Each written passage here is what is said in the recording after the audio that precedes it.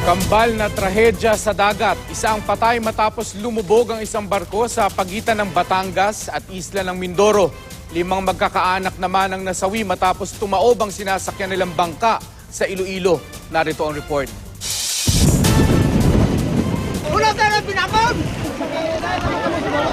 Nakataob ng MV Reynaldo nang hilahin pabalik ng mga mangingisda sa Carles, Iloilo.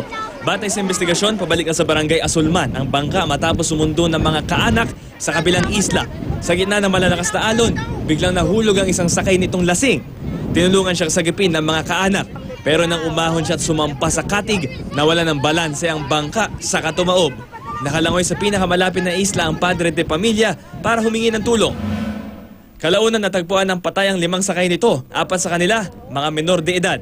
Pero naanod pa ang bangkay ng 2 at ngayon hinahanap pa rin, kabilang ang nahulog na lasing. Isa pang kaanak nila ang nawawala. 4 naman ang nakaligtas at nagpapagaling sa ospital. Paano kayo nakasurvive na kapag? Paanod-anod lang po sa sinasakyan naming bangka. Hindi ba mahirap kasi buntis ka? Mahirap nga tinitiis ko lang. Dahil din sa malalakas sa alon, kaya lumubog kahapon ng MVC Merchant sa pagitan ng Batangas at isla ng Mindoro. Lula ng barko ang 20,000 bag ng semento. Nasawi ang chief engineer ng cargo vessel na nagkasugat sa ulo. Nakuha ang kanyang labi kaninang umaga. 19 naman ang nailigtas at dinala sa headquarters ng Coast Guard sa Batangas. Bam Alegre, GMA News.